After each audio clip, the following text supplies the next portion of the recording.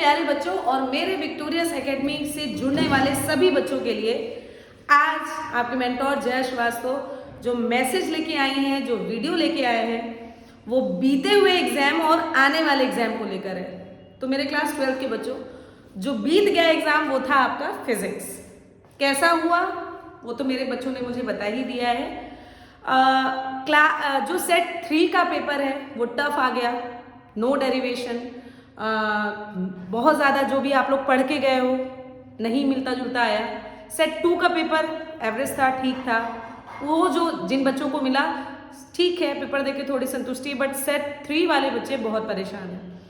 तो मेरे सीबीएसई से एक विनम्र निवेदन ही कर सकते हैं हम लोग कि मार्किंग थोड़ी ठीक करके उन बच्चों का रिजल्ट खराब ना हो, क्योंकि ये ओवरऑल परसेंटेज को डाउन कर सकता है। तो बस एक निवेदन ही किया जा सकता है और वो हम लोग कर रहे हैं, सारे टीचर्स कर रहे हैं, हम भी कर रहे हैं। और सबसे बड़ी बात है भाई, ईश्वर का और माता पिता का आशीर्वाद लेते रहो, उसी का हो सकता है परिणाम मिल जाए कि हम लोग अच्छे नंबर प्राप्त कर लें। बाकी तो सीबीएसई ने सब कुछ गोड़ दिया, जो होगा फिर देखा जाएगा। आने वाले एग्जाम की बात करो जो कि केमिस्ट्री का है, मन लगा के पढ़ो, पढ़ाया हुआ है मैंने, हर एक चैप्टर विस्तार पूर्वक आपको वर्कशीट करवाई है PYQs के एंड मोस्ट इंपॉर्टेंट क्वेश्चंस के। उन वर्कशीट को लगाओ, विश्वास रखो खुद पर और मेरे ऊपर, आप लोग अच्छा करोगे।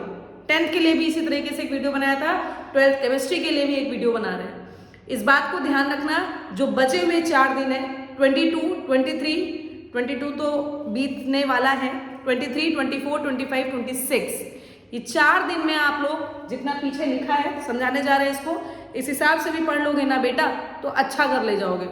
समय कम है, पढ़ना ज्यादा है, तो अब स्मार्ट स्टडी करके आप अच्छा कर सकते हो, इस बात को ध्यान रखना। ठीक है, तो आइए शुरू करते हैं। सबसे पहले सॉल्यूशन की बात करें तो Henry's law, Raoult's law, ideal and non ideal solution, qualitative properties, want of factor से रिलेट करते हुए न्यूमेरिकल्स को जरूर तैयार करना, इसमें से एक भी पोर्शन छूटना नहीं चाहिए। इसके बाद इलेक्ट्रोकेमिस्ट्री में आते हैं, Nernst equation most important, E naught cell delta G के कॉन्सेप्ट पे जो न्यूमेरिकल्स आते हैं, कोलराउश लॉ के numericals, molar conduction, molar conductivity जो होता है इसके जो न्यूमेरिकल्स होते हैं, मोलर कंडक्टिविटी पे Faraday's law, battery specially lead storage और फ्यूल सेल का जो रिएक्शन होता है तैयार कर लो। 5 नंबर में मे बी पॉसिबल कि वो पूरा ऐसे ही आ जाए। Corrosion, electrolytic, electrochemical cell base पर जो क्वेश्चन होते हैं, डिफरेंस पूछा जा सकता है, या हो सकता है 3 नंबर में इसी को कह दिया जाए कि एक्सप्लेन बनाओ इसको। ठीक है, इसके बाद आते हैं chemical kinetics, rate of equation, rate law, rate constant, order and molecularity of the reaction, zero first order का half life integrated rate equation और आर्हेनियस इक्वेशन पर 2 साल से लगातार क्वेश्चन बन रहा है, तो इन सभी टॉपिक्स को आप तैयार करोगे। Coordination compounds, nomenclature, oxidation number कैसे निकालते हैं, कोऑर्डिनेशन नंबर कैसे निकालते हैं, ये पे छोटू सा अगर लिख दें हम, कोऑर्डिनेशन नंबर क्या होता है, इसके बेसिस पर भी क्वेश्चन आ सकते हैं। ठीक है, इसके बाद valence bond theory, crystal field splitting theory, isomerism, इतने टॉपिक्स इससे तैयार करेंगे, हो जाएगा आपका कल्याण। इसके बाद D and F block elements, बहुत बड़ा चैप्टर है, लिमिटेड तैयार करो बेटा। Reactions of K2CR2 7 and KMnO4 पढ़ लो। अब इसी पे न्यूमेरिकल्स बन रहे, इसी पे आपके क्वेश्चंस बन रहे हैं, सीबीएसई बना रहा है, इसको तैयार करके जाओ, एकदम याद कर लो इसको। इसके बाद ट्रेंड्स, जो भी आपके ट्रेंड्स हैं, एटॉमिक रेडियस का, ठीक है, वैलेंसी का, ऑक्सीडेशन नंबर का जो ट्रेंड्स है वो सब तैयार करो। बाकी लैंथेनॉइड कॉन्ट्रैक्शन का जो प्रॉपर्टीज है वो तैयार करो। ऑक्सीडेशन स्टेट कॉम्प्लेक्स कैसे बनता है, magnetic behaviour, colour of D block, complex properties, ये सारी प्रॉपर्टीज आप डी एंड एफ ब्लॉक की तैयार करो। ये बहुत लिमिटेड बताया है, पढ़ना बहुत है, टाइम बचे तो ज्यादा पढ़ लेना, वरना ये इनके लिए है जिनके पास अब लिमिटेड टाइम है, कुछ भी नहीं पढ़ा तो अब इतना पढ़ लो भाई। ठीक है, और जिन्होंने बहुत पढ़ लिया वो भी जरूर इसको पढ़े, उनको भी नहीं अवॉइड करना है। ठीक, इसके बाद बायोमोलिक्यूल्स में ग्लूकोज का स्ट्रक्चर और उसके रिएक्शन से क्वेश्चन यार बहुत बनता है, जैसे how many hydroxy group are present, इसकी लीनियर कैसे प्रूव करोगे कि ग्लूकोज एक लीनियर स्ट्रक्चर है। इस तरीके से आपको बहुत सारे रिएक्शंस हैं, उनको आप तैयार कर लेना। बाकी सुक्रोज की reactions, polysaccharides, proteins, vitamin, essential and non essential amino acids, vitamin 2 बार लिख दिया, सॉरी। उसके बाद DNA, RNA, इन सबको आपको तैयार करना है। इसमें प्रेजेंट होने वाले बॉन्ड, बहुत बार क्वेश्चन है डीएनए आरएनए के बीच में कौन सा बॉन्ड होता है, कौन सा, फॉस्फोडाइस्टर। प्रोटीन्स के बीच में पेप्टाइड बॉन्ड, इसके बाद पॉलीसेकेराइड्स के बीच में या फिर कार्बोहाइड्रेट्स के बीच में ग्लाइकोसिडिक बॉन्ड। तैयार करो भाई, याद करो बैठ के। विटामिन्स में कौन सा विटामिन फैट सोल्यूबल, कौन सा वाटर सोल्यूबल, और उनकी साइंटिफिक नेम और उससे रिलेटेड बीमारी पढ़ लेना।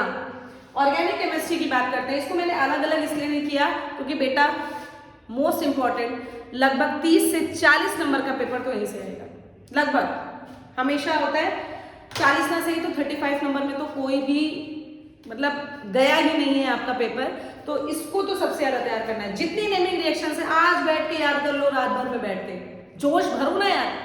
ऑल डिस्टिंग्विश टेस्ट मैंने वीडियो बनाया, मेरी प्लेलिस्ट में जाके देखिए, डिस्टिंग्विश टेस्ट का वीडियो पड़ा हुआ है, याद करो यार बैठ के। उन सभी की जितने भी आपको alcohol, phenol, ether, halo alkanes, halo arenes, aldehyde, ketone, carboxylic acid and amines, ये सारे जो चैप्टर्स हैं उन सब की फिजिकल एंड केमिकल प्रॉपर्टीज से रिलेट करते हुए जितने भी क्वेश्चंस आते हैं उन सब को आपको एक बार पढ़ना है।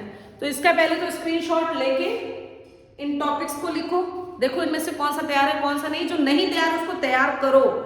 अब टाइम खत्म हो गया कि हमको तैयार नहीं हो रहा है, हम क्या करें, इससे काम नहीं चलेगा बेटा। फिजिक्स का पेपर गोड़ आए हो, उसको रिकवरी करने का यही एक मेथड है, यही बचा है एक चीज, ठीक है।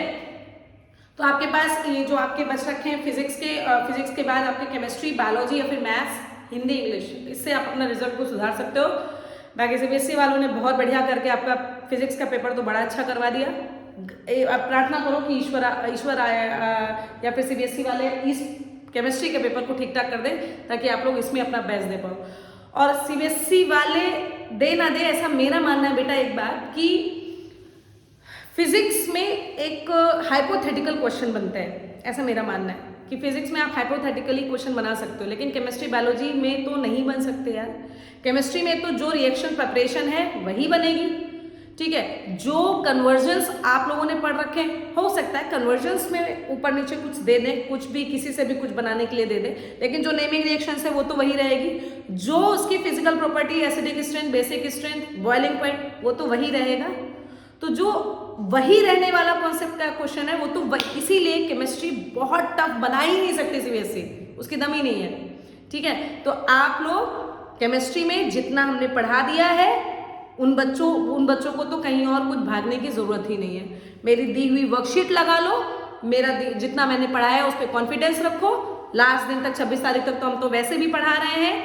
हमारे यहाँ जो बच्चे आते हैं हमारी इंस्टीट्यूट में वो बच्चे पढ़ ही रहे हैं।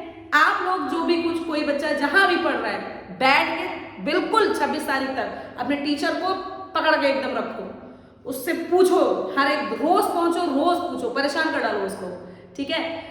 तो बेटा हम तो यही चाहते हैं कि सारे बच्चों के नंबर अच्छे रहें और आएंगे भी, मुझे पता है आएंगे, ठीक। तो मेरी तरफ से सभी को ऑल द बेस्ट, जम के तैयारी करो मेरे प्यारे बच्चों, पढ़ते रहो, बढ़ते रहोगे कॉन्सेप्ट के साथ। आज के लिए हम वीडियो बंद करते हैं। Thank you so much.